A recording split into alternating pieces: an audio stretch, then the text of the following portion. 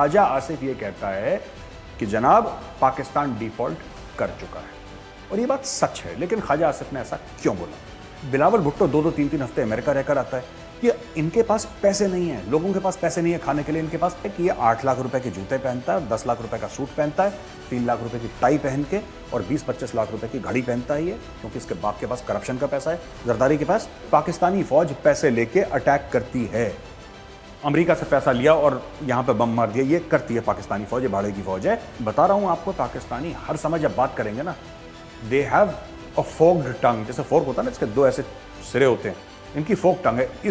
इसके जबान है, जबान के 2 हिस्से हैं इनके। जय हिंद दोस्तों, मैं हूं मेजर गौरव आर्य और आप देख रहे हैं द चाणक्य डायलॉग्स। इस वीडियो को लाइक करिए, हमारे चैनल को सब्सक्राइब जरूर कीजिएगा और बेल आइकन दबाना बिल्कुल मत भूलिए। अच्छा दोस्तों, ख्वाजा आसिफ जो है डिफेंस मिनिस्टर पाकिस्तान का, उसका एक सनसनीखेज बयान आया है, which is actually not so सनसनीखेज, बट मैं बताऊंगा। ये प्याज की तरह है बयान। प्याज जो पाकिस्तान में बड़ा नायाब है, बहुत महंगा है, उसी प्याज की तरह ये बयान है। इसमें परत है और उसके अंदर परत है और फिर उसके अंदर परत है, और अब मैं आपको बताता हूं चक्कर क्या है।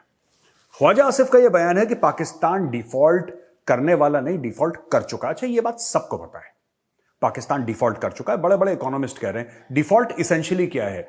Pakistan does not have the foreign exchange reserves, does not have the dollars to cover its imports. अब ये झूठ बोल के कि हमारे पास 2 हफ्ते का, हमारे पास 3, इनके पास कख नहीं है, ठीक है। ये मांगे तांगे के पैसे हैं, इनके खुद के पैसे नहीं है, और वो भी सऊदी अरब ने इस शर्त पे पैसे दिए थे कि बच्चे इसको खर्च मत करना, तुम्हें तुम्हारे खर्चे के लिए नहीं है, ये सिर्फ अपने फॉरेन एक्सचेंज रिजर्व्स ऊपर तुम रख सको, दुनिया को दिखा सको, इसके लिए।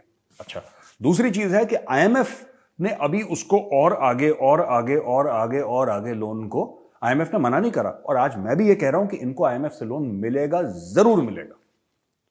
Pakistan will get IMF help, इसमें कोई शक नहीं है, आप भी मत रखिएगा अपने जहनों में शक।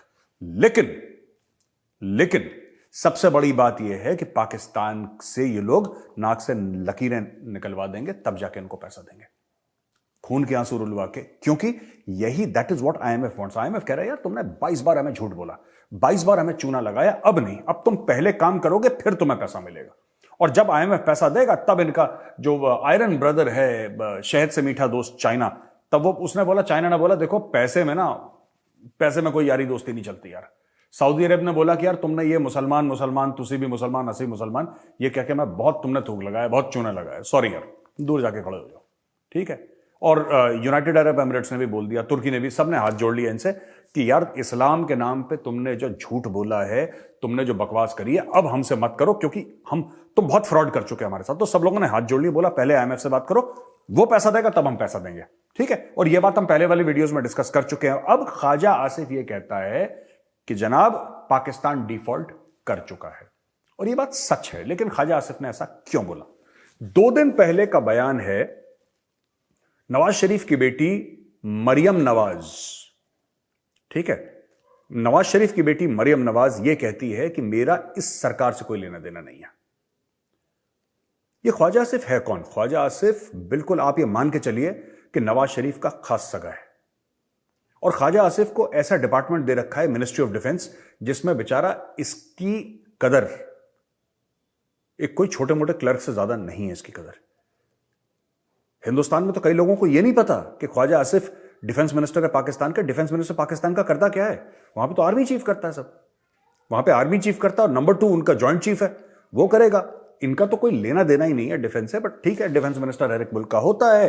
ख्वाजा आसिफ को बोल दिया कि भाई तू बन जा, वो बन गया, ठीक है। तो गाड़ियां मिल गई उसको 10, 15, 20 आगे पीछे चलने वाली, उसको ये मिल गया, वो मिल गया, लेकिन इसके अलावा there is nothing absolutely with Khawaja Asif. अच्छा, ख्वाजा आसिफ वही बयान दे रहा है जो लंदन से बैठ के उसका मालिक नवाज शरीफ उसको बोल रहा है। दोनों भाइयों में हल्की सी दरार पड़ चुकी है, ये मेरा एनालिसिस है, राइट। और मैं ये मानता हूं कि एनालिसिस सही है मेरा, क्योंकि उसकी बेटी भी यही कह रही है नवाज शरीफ की। नवाज शरीफ की बेटी ने बोला 48 घंटे के बाद अचानक इसका बयान आता है कि पाकिस्तान डिफॉल्ट कर नहीं रहा, डिफॉल्ट कर चुका है। जो एक कैबिनेट मिनिस्टर है पावर में, जो देश का डिफेंस मिनिस्टर है, जो सरकार का हिस्सा है, एक कैबिनेट मिनिस्टर, वो ऐसी बात क्यों कहेगा? वो ऐसी बात क्यों कहेगा? देश के फाइनेंस मिनिस्टर तो ने ये नहीं बोला, इशाक डर ने तो अभी तक ही नहीं बोला। मामला तो उसका है ना, इशाक डर का बोलने का। अगर किसी को बोलना चाहिए तो इशाक डर को बोलना चाहिए। इशाक डर बोल नहीं रहा, ये बोल रहा है, क्यों? कहीं ना कहीं इन दोनों भाइयों के बीच में दरार है, और कहीं ना कहीं नून लीग में दरार है, और कहीं ना कहीं नवाज शरीफ वापस इसलिए नहीं आ रहा क्योंकि अंदर ही अंदर कोई उसको खोखला कर रहा है। मैं आपका यहां पे टाइम नहीं वेस्ट करना चाहता, लेकिन ये जो अपने बेनिफैक्टर के साथ गद्दारी करना, ये पाकिस्तान का इतिहास है। मैं आपको 2-3 एग्जाम्पल देता हूं। नवाज शरीफ ने फौज के साथ गद्दारी करी। नवाज शरीफ को नवाज शरीफ बनाने वाला फौज था। पाकिस्तानी फौज ने नवाज शरीफ पैदा करा। पाकिस्तानी फौज ने जुल्फिकार अली भुट्टो पैदा करा। ठीक है, पाकिस्तानी फौज ने इमरान खान पैदा करा। पाकिस्तानी फौज ने शहबाज शरीफ पैदा करा। ये सब जितने भी अपने आप को डेमोक्रेटिक पार्टीज कहते हैं, ये जो भी अपने आप को डेमोक्रेटिक लीडर्स कहते हैं, जो कहते हैं कि हम बड़े लोकतांत्रिक व्यवस्था में विश्वास करते हैं, ये सब के सब पाकिस्तानी फौज की पैदाइश हैं। ठीक है, सब के सब पाकिस्तानी फौज की पैदाइश है, और ये इन्होंने सब ने पाकिस्तानी फौज को धोखा दिया है। सब के सब ने ये मीर जाफरों का मुल्क है। मैं आपको बताता हूं एक और एग्जांपल। ये आज की तारीख में, ठीक है, इमरान खान जनरल बाजवा को गाली दे रहा है। इमरान खान से कोई पूछे कि भाई तेरे पास तो एब्सोल्यूट मेजोरिटी थी नहीं, तुझे प्रधानमंत्री बनाया किसने? पूछे कोई इससे, तुझे बनाया किसने प्रधानमंत्री? तू किसके आशीर्वाद से प्रधानमंत्री बना? राइट? पूछो उससे। ये बोल नहीं पाएंगे। ये कहेगा लोगों का भरोसा था मेरे ऊपर, लोगों का विश्वास था मेरे ऊपर, फलाना ढिमका, कख नहीं था। बात यह है कि जनरल बाजवा का फोन गया और ये छोटी छोटी पार्टियों ने मिलकर इमरान खान को सपोर्ट करा, इमरान खान प्रधानमंत्री बन गया। टोटल कहानी यह है। अब ये जो गद्दारी वाला सिलसिला जो चलता है ना पाकिस्तान में, मैं बता रहा हूं, ये अपने के सगे नहीं है। यही चीज अब इनके नून लीग के अंदर हो रही है। ये चाहता है मैं प्रधानमंत्री बना रहा हूं, कैसे भी मुल्क का, टूटे फूटे मुल्क का, वो कुछ भी हो जाए, लेकिन बड़े भैया की जड़ें काटने में ये लगा हुआ है। इमरान खान बाजवा की जड़ें काटने में लगा हुआ है, बाजवा किसी और की जड़ें काटने में लगा हुआ है। सब आपस में ही है, और एंड में जब इनका मुल्क बिल्कुल गड्ढे के अंदर जा ही रहा है और नीचे घुस जाएगा, हिंदू की साजिश थी, यहूदी की साजिश, मैं बता रहा हूं यही गाना इनने गाना है। असल बात यह है कि इनकी नीयत खराब है। यह बात सच है। किसी पाकिस्तानी को बुरा लगे तो भैया बुरा लगता रहे, सच यही है। सच झेलने का मादा रखो अपने अंदर। ठीक है। दूसरा, Pakistan calls for Afghanistan capacity building to counter terrorism at Munich conference. ये बिलावल भुट्टो पहुंच गया म्यूनिक। म्यूनिक सिक्योरिटी कॉन्फ्रेंस होती है, म्यूनिक सिक्योरिटी डायलॉग्स, बड़े मशहूर सिक्योरिटी डायलॉग्स होते हैं, दुनिया के बड़े बड़े लोग आते हैं। ठीक है। पहली बात तो ये बिलावल भुट्टो गया क्यों यहां पे? ये किसको क्या देने गया है वहां पे, मुझे नहीं समझ में आता। इनका आसिम मुनीर है जनरल, ये जाता है यूके, हफ्ता भर रहकर आता है, 5-6 दिन, राइट। फिर बिलावल भुट्टो 2-2, 3-3 हफ्ते अमेरिका रहकर आता है। ये इनके पास पैसे नहीं है, लोगों के पास पैसे नहीं है खाने के लिए, इनके पास फॉरेन एक्सचेंज नहीं है। ये लाखों डॉलर खर्च करके ये जो भाई है ये वहां पे जाता है और ये सब करता है। ठीक है। अब वहां पे म्यूनिक सिक्योरिटी डायलॉग्स में फिर ये मांगने के लिए शुरू हो गया मामला इसका कि अफगानिस्तान की हेल्प करो, अफगानिस्तान की हेल्प करो, अफगानिस्तान की हेल्प करो। पहले इसने बोला कि वहां के लोग, ठंड है, वहां के लोग भूखे मर जाएंगे, वहां के लोगों का ये हो जाएगा, इसलिए पैसे दो। ठीक है। पहले ये लोग ये बोलते थे, शहबाज की सरकार। अब इन्होंने एक नया पैंतरा शुरू कर दिया कि वहां से टेररिज्म आ रहा है, इसलिए वहां पे हेल्प करो। टेररिज्म तो तुम्हारे यहां से भी आ रहा है भाई, तुम्हारी भी हेल्प कर दें।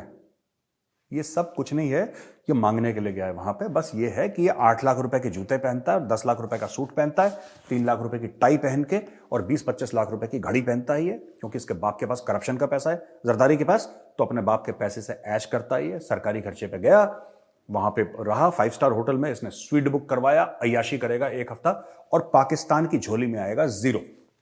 ठीक है। ये बिलावल बार बार क्यों जाता है बाहर? मैं आपको बताता हूं क्यों जाता है। ये पाकिस्तान के लिए नहीं जाता, पाकिस्तान के लिए नहीं जाता। इसका नाना प्रधानमंत्री था जुल्फिकार अली, इसकी मां प्रधानमंत्री थी, ये फॉरेन मिनिस्टर है, ये तैयारी कर रहा है प्राइम मिनिस्टर ऑफ पाकिस्तान बनने की। ये जो तैयारी कर रहा है कि आज से 5 साल के बाद, 10 साल के बाद मैं पाकिस्तान का प्रधानमंत्री बनूंगा। इसीलिए सरकारी खर्चे पे, कपड़े अपने बाप के पैसे, घड़ी अपने बाप के पैसे से, और सरकारी खर्चे से बाहर जाओ, बाहर लोगों से मिलो, अपना सब कुछ वहां पे करो, अमेरिकनों के साथ बैठ के ऐश करो, वहां पे शेखों के साथ बैठो, इधर बैठो उधर बैठो। अभी म्यूनिक सिक्योरिटी डायलॉग में ये अफगानिस्तान का गाना गाने पहुंच गया है। वहां पे सीरियस डिस्कशन होते हैं, म्यूनिक सिक्योरिटी डायलॉग्स में सीरियस डिस्कशंस होते हैं। He is the only non serious person. ये डावोस गया, डावोस से क्या करके आया है, इसने कौन सा पॉलिसी स्टेटमेंट दिया डावोस में, आप ये बता दीजिए। इसको सिर्फ ये बोला कि सबसे वेल ड्रेस्ड फॉरेन लीडर था। ये तो इनका एजाज हासिल है इनको, ये इनको चीजें हासिल हैं कि वेल ड्रेस्ड लीडर थे, ये इनकी औकात है। अपने मुल्क के लिए कुछ नहीं लाए, कितने करोड़ों डॉलर इसने खर्च कर दिए अपने फॉरेन ट्रेवल्स पे, ये पाकिस्तान में रहता ही नहीं है। और इससे बोलो तुम लाए क्या डिप्लोमेटिकली, पाकिस्तान के लिए क्या लाए, कख नहीं, जीरो, ठेंगा। ठीक है जी। अच्छा, हामिद मीर हैं पाकिस्तान के बड़े फेमस जर्नलिस्ट और बड़े नामी ग्रामी, उन्होंने बोला है कि Pakistan most dangerous country for journalists. Pakistan has become the most dangerous country in the world for journalists, said senior Pakistani journalist Hamid Mir on Friday, and added that the state machinery had failed to protect scribes for raising facts and highlighting public issues. The government does not want factual news but wants news only in its favor in the media. अच्छा, हामिद मीर साहब को गोलियां भी लगी थी छाती में, तो हामिद मीर साहब एंटी एस्टैब्लिशमेंट रहे हैं। अब लोग कह रहे हैं कुछ कि प्रो एस्टैब्लिशमेंट हो गए हैं, कोई कुछ कह रहा है, को पाकिस्तान में जितने मुंह जितनी बातें, ठीक है ना। लेकिन fact of the matter is कि इस बंदे ने गोलियां खाई हैं छाती पे अपनी, हामिद मीर ने।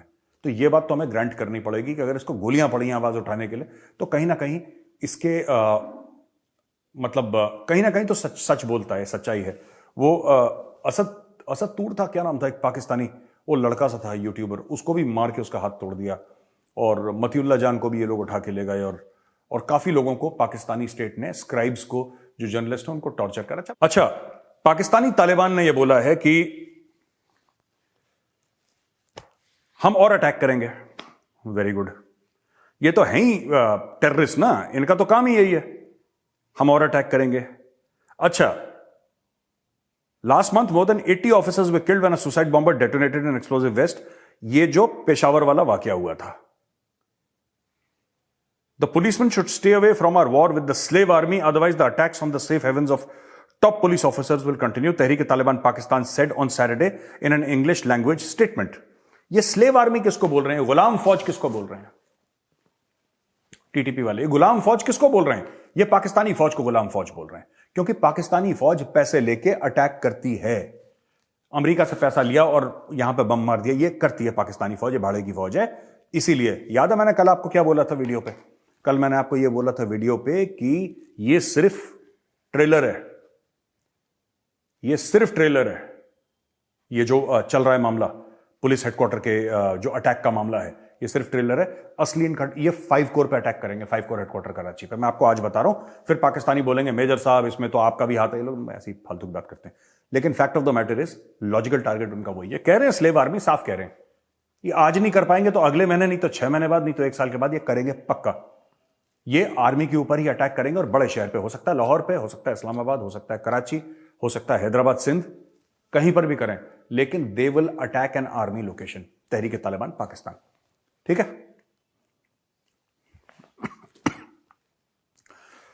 General Asim Munir, chief of army staff of the Pakistani army, कह रहा है कि टेररिस्ट हैव नो रिलीजियस और आइडियोलॉजिकल मूविंग्स। देखिए, एक तो आसिम मुनीर साहब अच्छा नहीं लगता, आप बड़े सीनियर ऑफिसर है, मैं आपको ये तो नहीं बोलूंगा आप झूठ बोलते हैं, लेकिन सर झूठ मत बोलिए, ठीक है। आप ये कह रहे हैं कि ये टेररिस्ट का रिलीजन से कोई लेना देना नहीं है। तहरीक-ए-तालिबान पाकिस्तान तो ये कह रहे हैं कि हमें पाकिस्तान में शरिया नाफिज करना है। आप कैसे कह सकते हैं कि उनका रिलीजन से कोई लेना देना नहीं है? वो तो खुद कह रहे हैं, ये मैं नहीं कह रहा। तहरीक-ए-तालिबान पाकिस्तान ये कह रहा है कि पाकिस्तान का जो आईन है, पाकिस्तान का संविधान है, पाकिस्तान का कॉन्स्टिट्यूशन फ्रॉड है। वो कह रहे हैं फ्रॉड है। वो कहते हैं कि पाकिस्तान का जो कॉन्स्टिट्यूशन है वो अल्लाह के साथ गद्दारी है। पाकिस्तान में चोरी करके जो पकड़ा हुआ उसके हाथ कटने चाहिए, उसको जेल में क्यों डाल रहे हो? तहरीक-ए-तालिबान पाकिस्तान ये कहता है कि पाकिस्तान के आईन को फाड़ दो और यहां पे शरिया नाफिज करो। वो तो इस्लाम के लिए लड़ रहे हैं, वो खुद कहते हैं हम इस्लाम के लिए लड़ रहे हैं। ये भाई साहब आसिम मुनीर साहब ये कह रहे हैं कि नहीं, इनका कोई रिलीजन से लेना देना, इनका पूरी तरीके से सिर्फ रिलीजन से लेना देना है। अब वो सही है कि गलत है, वो रिलीजन को मिस इंटरप्रेट करते हैं कि नहीं करते हैं, वो तो कोई जो इस्लाम का जानकार है वही बता सकता है। मेजर गौरव वारिया को इतनी नॉलेज है नहीं कि मैं बता दूं। लेकिन fact of the matter is, अभी किसी पाकिस्तानी ने लिखा था, मैं नाम भूल गया उनका यार, मैंने ट्वीट देखा था उनका बड़ा मजेदार। उन्होंने बोला है कि भाई जो पुलिस हेडक्वार्टर में अटैक हुआ है, कह रहे हैं जो अटैक कर रहे हैं वो भी अल्लाहू अकबर बोल रहे हैं, जो उनके खिलाफ पुलिस वाले लड़ रहे हैं वो भी अल्लाहू अकबर बोल रहे हैं, ठीक है, और जो बाहर भीड़ इकट्ठा है वो भी अल्लाहू अकबर बोल रही है। तो अल्लाह किसकी साइड में, आप लोग खुद डिसाइड कर लो। तो ये आपस में कंफ्यूजन है पाकिस्तान में कि कौन मुसलमान है कौन मुसलमान नहीं है। सब लोग कहते हैं कि हम बेहतर मुसलमान हैं और सबसे बड़ी लड़ाई पाकिस्तान में इसी चीज की है कि कौन बेहतर मुसलमान है और कौन नहीं है। But the fact of the matter is कि बड़े बड़े लोग जो हैं आज पाकिस्तान में, ठीक है, बड़े बड़े लोग, उन्होंने पूरी जान लगा दी है टीटीपी को रीसेटल करने में। मैं आपको बताता हूं, ये भी प्याज वाला मामला है बड़ा। किसी दिन बैठ के इत्मीनान से दोस्तों आपसे बात करेंगे कि तहरीक तालिबान पाकिस्तान, ये जो कहते हैं ना इंडिया ने कर दिया, इंडिया ने कर दिया, भैया इंडिया ने तो उनको नहीं सेटल करा था पाकिस्तान के अंदर, ये तो इमरान खान। और अब शिरीन मजारी ये कह रही है कि बाजवा ने कराया। ये भी एक खेल है। शिरीन मजारी ने यह बोला है कि बाजवा चाहता था उनको सेटल करो पाकिस्तान के अंदर, आर्मी चीफ बाजवा चाहता था। बात यह है कि उस जमाने में जब इस सेटलमेंट की बात हुई थी, बाजवा और इमरान खान सेम पेज पे थे और उन्होंने बोला कि साहब इनको अंदर सेटल करते हैं। दोनों एक ही थाली के चट्टे बट्टे थे। वो तो बाद में जब बाजवा ने इमरान खान को खड़काना शुरू करा, तब एक दूसरे के ऊपर उन्होंने इल्जाम तराशी शुरू करी। लेकिन fact of the matter is कि दोनों एक ही थाली के चट्टे बट्टे हैं, दोनों ही लाए हैं। और तहरीक तालिबान जो पाकिस्तान है दोस्तों, ये इतनी खतरनाक तंजीम है और इतनी बुरी तंजीम है ना, ये इतने बुरे लोग हैं। इन लोगों ने पेशावर में बच्चे मारे थे। अब आप ये लगा लीजिए कि एक तो ठीक है आपने किसी मस्जिद में ब्लास्ट करी है कहीं पे, वो भी एक बहुत बड़ा जुर्म है अगेंस्ट ह्यूमैनिटी, अगेंस्ट इंसानियत। लेकिन जो इंसान बच्चों को मार देना, स्कूल के बच्चों, उससे बड़ा दरिंदा तो हो ही नहीं सकता। मेरी डिक्शनरी में उससे बड़ा दरिंदा हो ही नहीं सकता। उन दरिंदों को ये लोग कह रहे हैं कि इनको सेटल कर देंगे और इनको यहां पे लाओ और इनको पैसे दो और इनको रिट्रेन करो, डीरेडिकलाइज करो। ये इनका मामला है। अब आप समझ लीजिए ये लोग क्या खिचड़ी पक रही है। देश का प्रधानमंत्री और देश का आर्मी चीफ दोनों कह रहे हैं कि इनको सेटल करो, आतंकवादियों को। अरे भाई, आप तो ये कहते हो अभी तक कि भारत इनको पैसे दे रहा है। आप तो ये कहते हो कि तहरीक तालिबान पाकिस्तान पूरा का पूरा अक्रॉस द बॉर्डर से इनकी फंडिंग आती है। आप तो ये कहते हो कि ये सब बड़ा इनको ट्रेनिंग श्रेनिंग ये सब इंडिया करता है। हैं जी, इंडिया करता है। अगर इंडिया करता है और ये इंडिया के एजेंट हैं तो आप उनको मारते क्यों नहीं हो? उनको दामाद बना के क्यों घर पे बैठा रखा है? ये तो बताओ पहले मुझे। यही तो बताओ कि भाई अगर इंडिया सब कुछ कर रहा है तहरीक तालिबान पाकिस्तान, तो तुम्हारे दामाद लगते हैं वो, तुमने क्यों बैठा रखा उनको वहां पे? मारो उनको जान से, भगाओ वहां से, न्यूट्रलाइज करो उनको। ये बता रहा हूं आपको, पाकिस्तानी हर समय जब बात करेंगे ना, दे हैव अ फोक्ड टंग। जैसे फोर्क होता है ना, इसके दो ऐसे सिरे होते हैं, इनकी फोक टंग है। इसके जबान है, जबान के दो हिस्से हैं इनके। एक हिस्से से कुछ बात करेंगे, एक हिस्से से कुछ बात करेंगे। एक ही मुंह से इनकी दो बातें निकलती हैं एक टाइम पे, और एक दूसरे के बिल्कुल बरखिलाफ बातें। ठीक है, इंडिया सपोर्ट भी कर रहा है और उनको सेटल भी करना है। इंडिया अगर सपोर्ट कर रहा है तो तुम्हारे दुश्मन है, मारो उनको। इट्स सिंपल, लॉजिकल बात है, खत्म करो उनको, चाहे वो पाकिस्तानी शहरी क्यों ना हो, है तो तुम्हारे गद्दार, खत्म करो उनको। अच्छा दोस्तों, और खबर आई है, जयशंकर साहब ने जॉर्ज सोरोस को कर दिया जलील। बोला कि old rich and dangerous. George Soros को ना, मुझे ऐसा, देखिए बात यह है कि मैंने फिर बोला था, मैं तो सिर्फ ये रिक्वेस्ट करूंगा कि उसके पीछे पड़ जाओ। जॉर्ज सोरोस को कभी किसी ने जवाब नहीं दिया। ये डेमोक्रेसी के नाम पे, फ्रीडम ऑफ स्पीच के नाम पे, फ्रीडम ऑफ एक्शन के नाम पे लोग इन सब का गलत फायदा उठाते हैं। मैं तो इंडियन स्टेट से कहूंगा इसके पीछे पड़ जाओ जॉर्ज सोरोस। इसके पास ज्यादा पैसे वैसे भी नहीं है। मैं ऑन अ सीरियस नोट, कितने 6.7 बिलियन क्या होते हैं इसके पास? ऐसे कोई खास पैसे भी नहीं अगर आप देखें तो, मतलब मुझसे ज्यादा ही हैं, आपसे ज्यादा ही हैं। लेकिन अगर आप अरबपतियों की लिस्ट में देखें तो he is not very rich. Dangerous है, ये डेंजरस है। और जॉर्ज सोरोस 92 साल या 93 साल ऐसी कुछ है ये, तो अब इसकी जिंदगी ज्यादा नहीं बची। ठीक है, मैं किसी के बारे में गलत बात नहीं कहना चाहता, लेकिन जॉर्ज सोरोस जो है ना, ये एक मानसिकता है, इसकी जगह एक और पैदा होगा। और जो भी भारत के खिलाफ बोलता है ना, you must develop the capability to hit back, और इसके लिए आपको पैसे खर्च करने पड़ेंगे। सिंपल सी बात है, it's a function of money, it's a function of money. जब पैसा आता है तो फिर अपने आप चीजें सेट हो जाती हैं। इस आदमी को सेट करना बहुत जरूरी है, इस मानसिकता को सेट करना बहुत जरूरी है। It's a very dangerous trend जो उसने शुरू करी है, और विथ इंप्यूनिटी कभी भी जाके कुछ भी कर देता है आदमी, और इसको कोई चेक करने वाला नहीं है। मैं तो डॉक्टर जयशंकर साहब से यही बोलूंगा कि सर आप बात करिए मोदी जी से, और इसके पीछे छोड़ दीजिए जरा 2-4 नेवले। ये अपने आप लाइन में आ जाएगा बुड्ढा, मैं आपको बता रहा हूं। नेवले छोड़ दो, आपको पता है व्हाट आई मीन बाय नेवला। नेवले छोड़ दीजिए इसके पीछे। ये बिल्कुल जिसको कहते हैं मिमियाता हुआ बैठ जाएगा जॉर्ज सोरोस, सांप सूंघ जाएगा इसको। इसके खिलाफ एक्शन बहुत जरूरी है। अच्छा जी, यूनाइटेड स्टेट्स से 2 खबरें हैं। यूएस का कहना है कि Russia committed crimes against humanity in Ukraine, And I say to all those who have perpetrated these crimes and to their superiors who are complicit in these crimes, you will be held to account. अच्छा जी, very good. ये कहा है कमला Harris ने Munich security conference में, जिसमें वो मैंने बोला था बिलावल भी गया था. बिलावल पता नहीं क्यों गया था वहां पे, लेकिन कमला हैरिस गई और उन्होंने बोला कि आपने वॉर क्राइम्स करें. देखो यार, मैं आपको बताता हूं, रशिया ने यूक्रेन को अटैक करा, मुझे भी अच्छा नहीं लगा, नहीं करना चाहिए था. I don't believe. रशिया के जो भी रीजंस हुए होंगे in today's day and world, Modi ji भी कह चुके हैं कि it's not a era of war.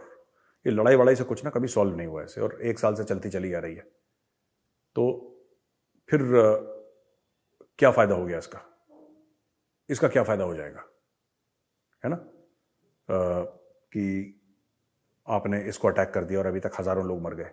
लेकिन मैं ये कहना चाहता हूं, I don't think the government, and I don't mean this against the people of the United States of America. I don't say this statement of mine against the people of the United States of America. I say it against the various governments of the United States of America. 9/11 was a shocking incident. Perhaps the largest terror attack in the history of this planet. 3,000 लोग खत्म हो गए यार. ठीक है. जो 19 hijackers थे ना, उनमें से 15 सऊदी थे. 15 सऊदी थे. और ओसामा बिन लादेन कहां का रहने वाला था? उसका बाप तो यमन से आया था, राइट? पर बिन लादेन कंस्ट्रक्शंस पूरा का पूरा सऊदी अरेबिया में. इन्होंने मक्का मदीना पूरा बनाया. सऊदी अरेबिया का पूरा जो कंस्ट्रक्शन है, जो बड़ी बड़ी बिल्डिंग्स हैं, उसमें से a lot of these buildings have been constructed by bin Laden constructions. Osama bin Laden का तो पैसा वहां से आया, बिन लादेन कंस्ट्रक्शन से. आज भी वो कंपनी है, right?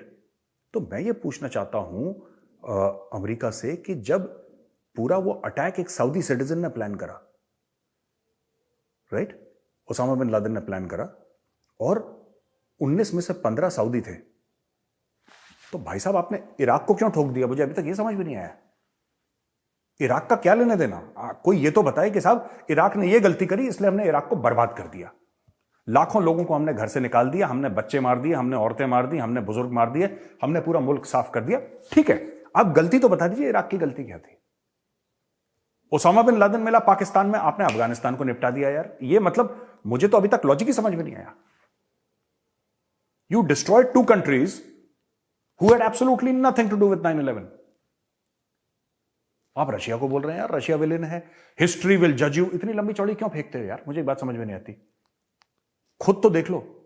You have started most of these wars in the world. United States of America has never been at peace after the Second World. 1945 को द्वितीय विश्व युद्ध खत्म हुआ, महायुद्ध. उसके बाद से आज तक कभी सेंट्रल अमेरिका में दखल अंदाजी, कभी कोरिया में दखल अंदाजी, कभी वियतनाम में दखल अंदाजी, कभी इराक में दखल अंदाजी, कभी अफगानिस्तान में. इनका खत्म ही नहीं होता मामला. इनका खत्म ही नहीं होता. रशिया ने ठीक करा, गलत करा, ठीक है. मैं खुद नहीं चाहता कि लड़ाई हो, रशिया और यूक्रेन की लड़ाई खत्म हो. मैं खुद नहीं मानता कि रशिया ने ठीक करा. मैं खुद नहीं मानता कि रशिया ने ठीक करा यूक्रेन. जो भी रशिया के प्रोवोकेशंस रहे हो, मैं मना नहीं कर रहा. जितना भी रशिया को पोक करा हो, मैं मानता हूं रशिया को नहीं करना चाहिए था. लेकिन एज एन इंडियन मैं ये बोल सकता हूं, क्योंकि मेरे मुल्क ने कभी किसी दूसरे मुल्क को अटैक नहीं करा. यार तुम्हारे मुल्क में डेली किसी ना किसी को अटैक करते हो. वही बात है कि 900 चूहे खा के बिल्ली हज को चली. आप लोग किस मुंह से कह रहे हो यार? मैं अमेरिकन गवर्नमेंट को कह रहा हूं, not to the American people. I am saying this to the American government. And this is this is not defensible. This position is not tenable जो आप लोगों की है. अमेरिका से एक और खबर आई है कि गनमैन है, ये ना अमेरिका में बहुत ज्यादा है. ये gunman kill 6 including x-wife in a shooting स्प्री in rural Mississippi town. एक लोन गनमैन है, इसने 6 लोगों को मार दिया और अपनी एक्स-वाइफ थी. तो टेट काउंटी शेरिफ्स ऑफिस ने बोला है कि 52-year-old था रिचर्ड डेल क्रम ऑफ आर्काबाल्टा मिसिसिपी. अच्छा, ये डाउन साउथ मिसिसिपी, ठीक है. तो इसने ये गया राइफल लेकर. और खैर एनीवे, ये अमेरिका में बहुत होता है, स्कूल्स में, कॉलेजेस में, शॉपिंग मॉल में, कन्वीनियंस स्टोर्स में, क्योंकि वहां पे एक्सेस टू वेपन्स बहुत ज्यादा हैं. और अभी मैं कुछ कहूंगा तो यहां पे काफी लोग अमेरिकन भी देखते हैं हमारे, they will get very upset कि साहब सेकेंड अमेंडमेंट और we swear by the second. ये सिर्फ एक अमेंडमेंट है अमेरिका में जिसके लोगों ने टैटू बना रखे हैं। मैं आपको दिखाता हूं ये सेकेंड अमेंडमेंट कहती क्या है, ठीक है ना। सेकेंड अमेंडमेंट ये कहती है, अमेरिकन कॉन्स्टिट्यूशन की second amendment, a well-regulated militia being necessary to the security of a free state, the right of the people to keep and bear arms shall not be infringed. This is the second amendment. और America का constitution मानता है कि आपके पास ऐसा militia होना चाहिए, आपके पास ऐसी प्राइवेट आर्मीज होनी चाहिए जो कि सरकार को कंट्रोल में रखें। लेकिन मैं एक बात बोलना चाहता हूं अमेरिकन को, ये तब था यार, आज से 200-300 साल पहले तब का था। आज की तारीख में लोग कहते हैं होम डिफेंस के लिए मैंने ऑटोमेटिक वेपन ले लिया। और तुम्हारे घर को अटैक कौन कर रहा है यार? मुझे आज तक बात नहीं समझ में आई। मेरे घर में तो कोई हथियार नहीं, मेरे पास, मेरे घर को कौन अटैक कर रहा है? Who is attacking me? Nobody is attacking मी। आप तो इंडिया को कहते हो ना, आप इंडिया को कहते हो डेवलपिंग कंट्री। मेरे घर में तो कोई मुझे अटैक नहीं कर रहा, किसी और के घर में कोई किसी को अटैक नहीं कर रहा। ये होम डिफेंस के लिए ऑटोमेटिक वेपन रखना, फिर देखो अब जब हथियार है तो इस्तेमाल भी होगा। और मुझे बड़ा बुरा लगता है, स्कूल में जाके 15 बच्चों को खत्म कर दिया, 20 बच्चों को खत्म कर दिया। क्यों यार? Why? In America it's easier to get a gun license and very difficult to get a driving license. और हर एक, क्योंकि स्टेट का वो लॉज अलग हैं, हर एक स्टेट के कॉन्स्टिट्यूशन अलग हैं, तो अमेरिका में इट्स वेरी पॉसिबल। अभी कुछ स्टेट्स हैं, मैं सबकी बात नहीं कर रहा, there are a few states in America जहां पे आप एक वेपन आप ऑनलाइन ऑर्डर कर सकते हैं। जैसे अमेजॉन से आप मंगवाते हैं ना आटा, या अमेजॉन से कोई किताब, मैं तो बड़ी शॉपिंग करता हूं किताब की अमेजॉन से। आप अमेजॉन से कुछ भी मंगवाते हैं, वहां पे मतलब you can buy guns in Walmart everywhere in America, but there are places where you can order guns online. यार आपके घर में आपने ऑर्डर कर दी, AK-47 आ गई आपके घर में, वो पार्सल लेके आ जाएगा। जैसे यहां पे जोमेटो वाला छोले भटूरे लेकर आता है। यार this must stop, this madness must stop, this killing of people, Americans killing Americans, this must stop. पर वो नेशनल राइफल एसोसिएशन है जो कि बड़ा पावरफुल है और कोई उसको टच नहीं करना चाहता। और अब it's a very very complicated issue, कभी और बात करेंगे। तो दोस्तों ये बड़ी अफसोसनाक चीज है अमेरिका में। This happens with sickening regularity in America. जो हमारे NRI भाई बहन हैं, जो हमारे NRI दोस्त हैं US में, मैं चाहता हूं कि आप भी जरा कमेंट्स में थोड़ा सा लिखें कि आपके क्या व्यूज हैं। देखिए ये चीज मुझे इंपैक्ट नहीं करती, पर मुझे भी डर लगता है। My elder sister is in the US। या मेरी बड़ी दीदी जो है वो US में है, न्यूयॉर्क में। एंड दीदी is always very concern, she saying कि गन वायलेंस बहुत ज़्यादा US में। तो मेरी बात होती रहती है हर रोज़ दीदी से। दीदी ये कहती हैं कि gun violence is very frightening in the US, otherwise fantastic country, lovely country, land of opportunity, ज़बरदस्त। लेकिन this gun violence is something that is tearing apart the fabric of American society. कुछ ना कुछ तो इसके बारे में करना पड़ेगा। तो दोस्तों बहुत बहुत धन्यवाद आपका वीडियो देखने के लिए। आज कोई मेरे पास क्वेश्चंस है नहीं, क्वेश्चंस मैं आपके पास दोबारा कल लाऊंगा, और कुछ क्वेश्चंस मैं कल के वीडियो से लूंगा, कुछ क्वेश्चंस आज के वीडियो से लूंगा, और फिर मैं आंसर करूंगा आपका मंडे को। बहुत बहुत धन्यवाद again for watching this video. Many thanks to you. इस वीडियो को लाइक करिए, हमारे चैनल को सब्सक्राइब करिए, बेल आइकन दबा दीजिए, एक बार हो जाए संडे ठोक दीजिए, ठीक है। जय हिंद, वंदे मातरम, भारत माता की जय।